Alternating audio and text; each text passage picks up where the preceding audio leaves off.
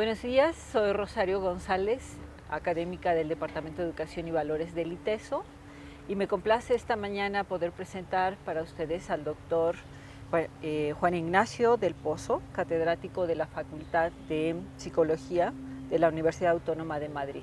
Es un gusto tenerlo por acá una vez más. Me comenta que ha estado antes en México ya compartiendo con otros colegas los temas de educación.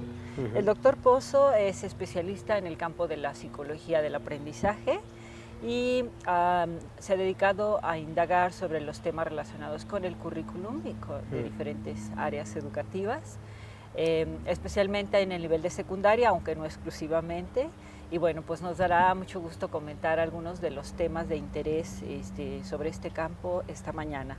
Bienvenido al Guadalajara y al Simposium de Educación, es un gusto. Muchas gracias, encantado de estar aquí. Sí. Encantado.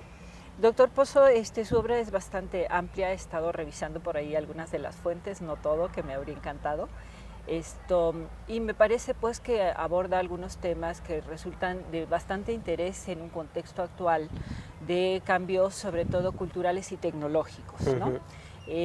Yo quisiera que nos platicara un poquito el planteo central de sus estudios que están asociados pues a los procesos de la cognición desde un enfoque no tradicional, no asociacionista, como usted lo llama, y que pudiera explicarnos un poquito cuál es ese planteo. Bueno, quizá puedo situar un poquito el marco precisamente de la aportación que voy a hacer en las jornadas esta misma semana, que tiene que ver precisamente con la idea de cómo las transformaciones que están ocurriendo en la sociedad, transformaciones que están alcanzando muchos planos, ¿no?, en las formas de organización social, en las relaciones entre la escuela o el sistema educativo y la sociedad, pero yo creo que fundamentalmente un tema importante en el impacto que están teniendo las tecnologías en las formas de gestionar el conocimiento, la información, de relacionarse con el saber, digamos que deben de tener una trascendencia para el sistema educativo que no están teniendo. Entonces tenemos una escuela que tiene una historia relativamente corta detrás, desde el punto de vista histórico, pero desde luego tiene ya muchas inercias, y entre esas inercias están formas de enseñar y de aprender que yo creo que pertenecen a otra época, ¿no? En un artículo que publicaba con mi compañero Carles Monereo de la Universidad Autónoma de Barcelona hace unos años, decíamos que la escuela actual tiene contenidos del siglo XIX con profesores del siglo XX y alumnos del siglo XXI.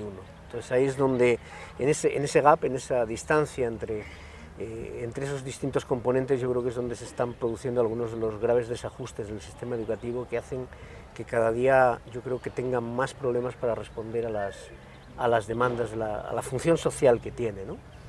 De distribución social del conocimiento, pero sobre todo también de capacitar a los futuros ciudadanos para participar en esa gestión del conocimiento, ¿no? Sí. ¿Cómo podríamos nosotros pensar con más claridad las teorías no asociacionistas, que bueno, la gama es amplia pues porque parten del constructivismo, pero que tendríamos que ir reconociendo centralmente para pensar en que nos hemos desplazado de teorías tradicionales hacia nuevas formas de entender la cognición? Vamos a ver, yo creo que hay dos planos, es decir, en el plano de la investigación psicológica, psicodidáctica, didáctica, educativa, si se quiere más en general, ha habido verdaderamente un desplazamiento desde posiciones, podríamos llamar conductistas o cercanas al conductismo, en las que básicamente enseñar era transmitir el saber establecido y aprender era reproducir ese saber, buscando pues sistemas que fortalecieran la práctica, sistemas que reforzaran esa práctica. Hemos pasado de esos modelos, teóricamente, en la investigación, a modelos de corte constructivista, mucho más centrados en la idea de que el aprendizaje es gestionar la mente del alumno y la enseñanza es ayudar al alumno a aprender. Pero la realidad es que en las prácticas escolares, en las prácticas educativas, no solamente en la escuela, sino en todos los niveles educativos, incluido la universidad, todas las investigaciones que se están haciendo están mostrando que ese cambio no se ha producido. Y eso es un poco el desfase al que yo me refería antes, es decir, la escuela nació en su origen con una función de transmisión de un conocimiento establecido y hoy en día ya no basta eso. La escuela tiene que ser un espacio para repensar el saber, porque en la sociedad ese conocimiento está cambiando muy rápidamente. Entonces, ¿cómo reconocer tanto en la teoría como sobre todo en la práctica estos nuevos enfoques de corte más cognitivo, y no solamente cognitivo, sino constructivista dentro de lo cognitivo?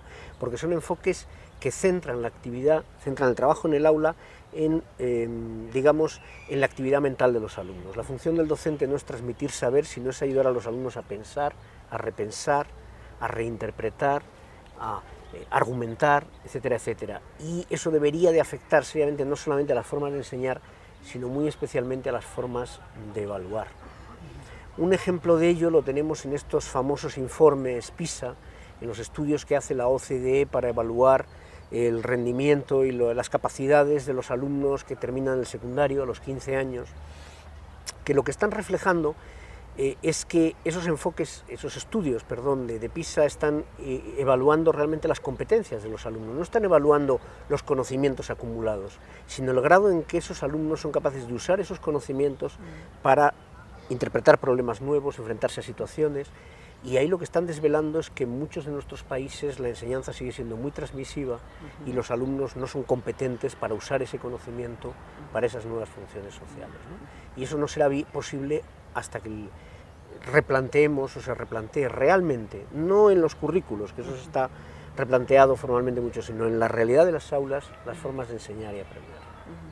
Sí, en su opinión, ¿qué es lo que ha retrasado la posibilidad de que el constructivismo se concrete en las prácticas educativas? Porque las teorías constructivistas no son recientes, realmente emergen desde la primera mitad del siglo XX y se continúan toda la segunda mitad, pero no vemos que estos enfoques se traduzcan en prácticas más amplias, ¿no? más consistentes en los centros educativos. Bueno, nosotros hay muchos factores que influyen ahí. Yo creo que un cambio educativo requiere siempre tres planos muy articulados, muy bien conectados.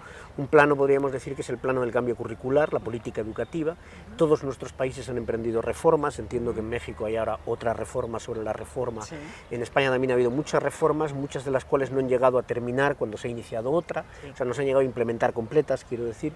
Pero lo cierto es que ese es un plano, el plano del cambio, digamos, del discurso político y de las metas. Un segundo plano es el plano del cambio de las culturas educativas en los centros, en las aulas, es decir, el cambio de la gestión del conocimiento de un centro educativo. Y un tercer plano es lo que sucede realmente en el aula, cuando profesores y alumnos trabajan y están gestionando el conocimiento. La realidad es que ha cambiado el plano superior por el impacto de estas teorías constructivistas, pero los otros planos han cambiado muy poco. ¿Por qué es tan difícil en educación trasladar teorías que, como usted dice, llevan décadas siendo aceptadas en el ámbito académico, podríamos decir? ¿Por qué es tan difícil trasladarlas a la práctica del aula?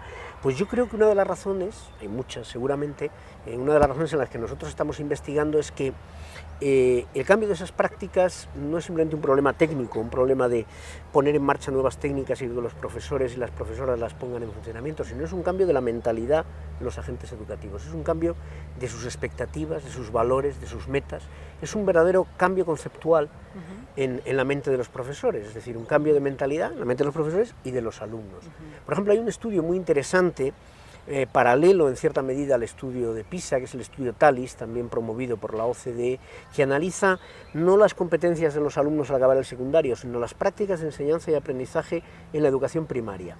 Y ese estudio TALIS, si se analizan los datos, incluidos los de México, que yo los he podido revisar, muestran que la mayor parte de los profesores se adhieren al constructivismo, verbalmente, pero cuando explican las prácticas que llevan a cabo, la mayor parte de las prácticas siguen siendo prácticas directivas, centradas en el conocimiento y no en los alumnos. Es decir, poner en marcha una enseñanza basada en el constructivismo supone transferir buena parte de la responsabilidad y el control de lo que pasa en el aula a los propios alumnos. El docente deja de ser el centro de la actividad del aula. Eso supone un cambio no solamente de mentalidad, sino un cambio en su identidad, en su función social, en su responsabilidad social, en lo que la sociedad espera de él o de ella y en lo que... Entonces yo creo que ese es uno de los factores que nosotros estamos trabajando en la línea de investigar cómo se puede promover ese cambio en las concepciones, en la manera de concebir realmente tu función educativa, tu función en los contextos educativos, ¿no? Sí.